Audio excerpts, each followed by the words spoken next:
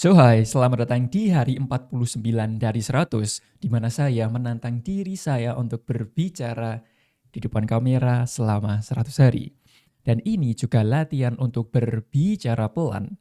Tujuannya adalah untuk mengubah cara bicara saya, yang dulunya sangat cepat, belibet, nggak jelas, nggak ekspresif, nggak ada jedanya, menjadi cara omongan baru yang lebih pelan, santai, mudah dipahami, aktif, dan juga berbicara menggunakan jeda. Karena saya ingin mengubah cara bicara lebih pelan dan juga aktif, maka dari itu saya harus terbiasa untuk berbicara pelan dan juga berbicara menggunakan gestur tangan, raut wajah, dan juga body language. Komunikasi adalah hasil dari repetisi.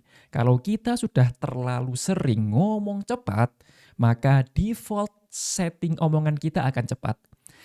Dan karena default settingan saya dulunya cepat, karena sudah terbiasa cepat, dan saya ingin mengubah settingan default itu menjadi omongan yang lebih pelan, maka saya harus terbiasa untuk berbicara pelan agar seiring berjalannya waktu, default ngomong saya berubah yang dulunya cepat menjadi lebih pelan. Semuanya itu tentang repetisi. Semakin sering kita mengulang sesuatu yang sama, maka semuanya akan menjadi autopilot. Nggak usah dipikirin, udah jalan aja.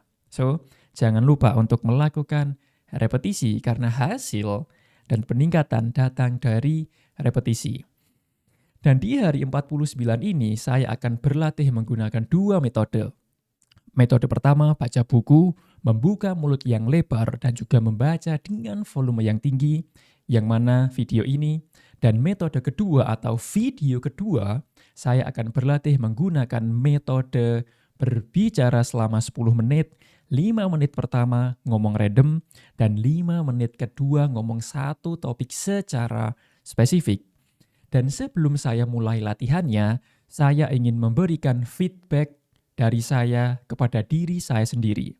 Tetapi kalau kamu punya feedback untuk saya mengenai cara berbicara saya, tolong bisa tulis di kolom komentar dan saya sangat berterima kasih kalau kamu mengkoreksi atau juga memberikan feedback kepada saya agar saya bisa tumbuh, bisa memperbaiki dan juga meningkatkan skill komunikasi saya.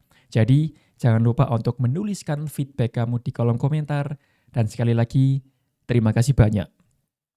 Tetapi, feedback dari saya untuk saya sendiri itu masih sama, ada 5 poin. Yang pertama adalah audio, yang kedua adalah visual, yang ketiga adalah energi, yang keempat adalah think I am talking with real human, not a camera. Dan yang kelima adalah bernafas menggunakan hidung, jangan menggunakan mulut. Audio adalah apa yang didengar oleh orang lain. Saya harus mampu untuk berbicara menggunakan ritme, naik turun, cepat lambat, jeda, lanjut lagi. Jadi ibaratnya kayak musik, ada tinggi, rendah, pelan, cepat, terus berhenti, lanjut lagi. Jadi tidak flat dari awal sampai akhir. Kalau audio saya atau kalau omongan saya flat, orang lain akan bosan dan mereka tidak semangat untuk mendengarkan apa yang saya sampaikan. Yang kedua adalah visual. Visual ini adalah apa yang dilihat oleh orang lain, yaitu diri saya sendiri. Jadi, saya harus belajar untuk menggunakan body language saya. Saya harus belajar untuk menggunakan ekspresi wajah dan juga gestur tangan saya untuk membuat komunikasi saya menarik dan juga memperkuat setiap omongan saya. Yang ketiga adalah energi. Saya percaya energi manusia itu saling nular. Kalau saya ngomongnya dengan energi yang positif, semangat, orang lain akan kecipratan semangatnya. Dan yang keempat, jangan berpikir bahwa saya berbicara dengan handphone, dengan kamera, meskipun saya ngomong dengan kamera, Tapi saya harus berpikir bahwa saya ngomong dengan orang asli, yaitu kamu. Dan yang kelima, jangan bernafas menggunakan mulut, tapi bernafas menggunakan hidung. Hidung itu ada yang namanya bulu hidung, dan bulu hidung fungsinya adalah filtrasi, membersihkan udara luar, udara yang kotor, dan disaring menjadi udara bersih. Jadi, kalau saya menghirup menggunakan mulut, udara kotor bisa masuk ke tubuh.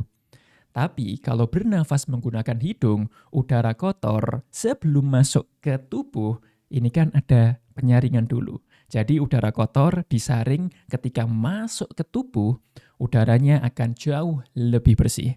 Itu adalah 5 poin feedback untuk saya. Jadi jangan lupa untuk memperbaiki diri, untuk meningkatkan skill dari kelima feedback tersebut. Saya akhiri yappingnya dan saya akan mulai membaca buku. Dan di hari 49 ini saya akan melanjutkan buku yang sedang saya baca. Judulnya adalah How to Grow Rich. Cara untuk menumbuhkan kegigihan. Mengembangkan kegigihan dari dalam diri sendiri dapat dimulai dengan menjalankan beberapa langkah berikut ini. Yang keempat, menghidupkan harapan bertumbuh. Yang ketiga adalah mengembangkan rasa bertujuan. Pada umumnya, seseorang menjalani minatnya semata-mata untuk mendapatkan kesenangan pribadi dan untuk kesenangan jangka pendek saja. Namun, orang yang memiliki kegigihan yang tinggi, seiring dengan perjalanan mereka dalam mengembangkan minat dan keahliannya, merasakan panggilan untuk berkontribusi pada orang lain. Sense of purpose atau rasa bertujuan yang dimaksud di sini adalah intensi atau keinginan untuk berkontribusi pada kesejahteraan orang lain atau berkontribusi untuk kepentingan masyarakat yang luas. Dengan memiliki rasa bertujuan, kita dapat memaknai kembali kegiatan-kegiatan kita dan upaya kita di dalam mengembangkan minat dan juga keahlian. Harapannya, kita dapat merasakan motivasi dan dorongan bahwa dengan menguasai keahlian tersebut, kita dapat membantu orang lain, kita dapat membantu menyelesaikan masalah orang lain. Rasa bertujuan atau sense of purpose memberikan arah tujuan atas upaya kita, sehingga kita merasa lebih bermakna karena apa yang kita lakukan dapat memberikan dampak sosial yang positif. Dan yang keempat adalah menghidupkan harapan bertumbuh. Harapan yang dimaksud di sini adalah keyakinan bahwa kita memiliki kemampuan melalui upaya kita sendiri untuk menciptakan masa depan yang lebih baik. Orang yang memiliki kegigihan tinggi tidak secara pasif menunggu hal-hal baik datang dengan sendirinya.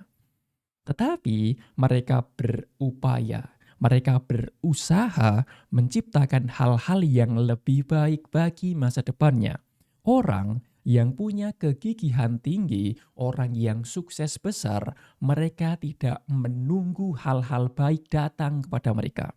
Tapi mereka berusaha, berupaya, bertindak untuk membuat kehidupan yang lebih baik lagi. Dan itu bedanya, orang yang, sorry to say, belum sukses, mereka hanya menunggu hal baik datang. Sedangkan orang yang sukses, mereka nggak nunggu, tapi mereka bertindak, mereka datang kepada hal baik tersebut. Kita dapat menghidupkan harapan dalam diri sendiri dengan cara menumbuhkan pola pikir yang berkembang atau grow mindset. Kita harus memiliki keyakinan bahwa bakat, inteligensi, dan kemampuan dasar bisa dikembangkan, dan saya juga percaya ini. Serta bersikap optimis, memiliki keyakinan bahwa masalah tidak bersifat permanen. Semua masalah, semua kegagalan, semua kesalahan itu sifatnya bukan permanen dan dapat diperbaiki. Keyakinan ini membantu kita untuk bangkit kembali saat mengalami kesulitan, kegagalan, ataupun hambatan. Lebih jauh tentang bagaimana menumbuhkan pola pikir yang berkembang.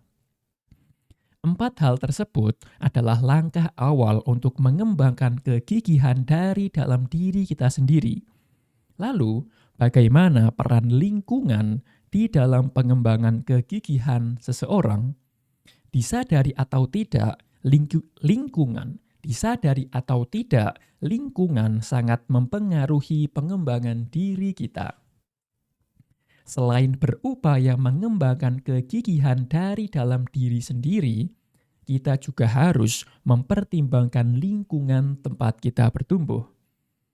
Orang-orang di sekitar kita, seperti orang tua, guru, mentor, teman, atasan, rekan kerja, dan sahabat, serta kegiatan-kegiatan yang terkait peminatan yang kita lakukan, dan budaya yang hidup di dalam lingkungan tempat kita berada, itu sangat mempengaruhi bagaimana kita mengembangkan kegigihan di dalam diri kita.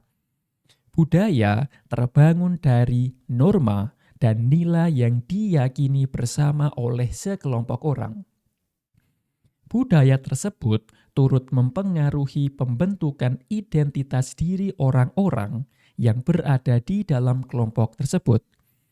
Oleh sebab itu, apabila kita ingin menumbuhkan grit atau kegigihan, maka kita perlu mencari jejaring atau networking dan berkoneksi dengan lingkungan yang memiliki norma dan nilai yang mendukung pertumbuhan kegigihan. Apabila kita saat ini berperan sebagai orang tua, pemimpin, atau atasan, penting bagi kita untuk berupaya membangun budaya yang menumbuhkan kegigihan agar orang yang berada di dalam lingkungan kita dapat mengembangkan minatnya dan memiliki keteguhan di dalam mencapai tujuan hidupnya. Harapannya, setiap individu di lingkungan tersebut dapat bertumbuh menjadi versi terbaik diri mereka. Untuk mencapai kesuksesan, kamu harus memiliki kegigihan yang sangat kuat. Kamu harus punya kegigihan yang tak tergoyahkan akan mimpi-mimpi dalam diri kamu. Atau dengan kata lain, kamu menginginkannya dan kamu akan melakukan apapun yang dibutuhkan untuk mengubah mimpi-mimpi kamu menjadi sebuah kenyataan. Dan barusan, saya ingin meringkas sedikit apa yang baru saja saya pelajari. Dan saya sangat percaya, saya ingin menggarisbawahi beberapa statement yang baru saja saya baca.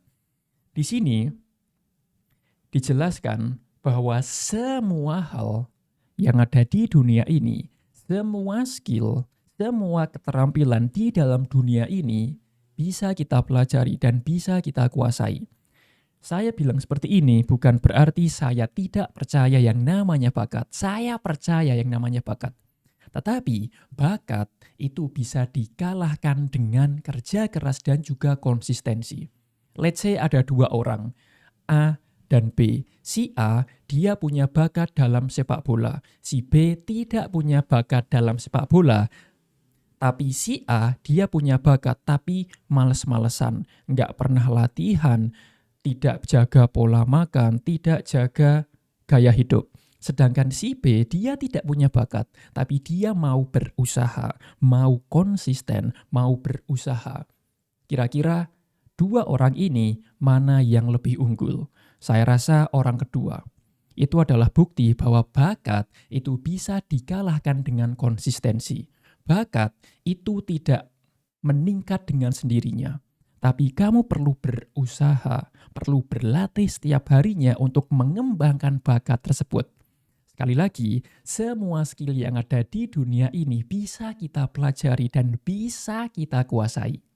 Kuncinya adalah mau berusaha, konsisten, dan melakukannya untuk jangka waktu yang panjang. Hasil dan repetisi adalah kunci untuk mendapatkan konsistensi dan juga aksi adalah kunci untuk mendapatkan hasil yang kita inginkan. So thank you for watching. Saya Andre, saya bisa sukses dan memang akan sukses. Dan kamu juga akan sukses. I wish you all the best. Sampai jumpa di video lainnya.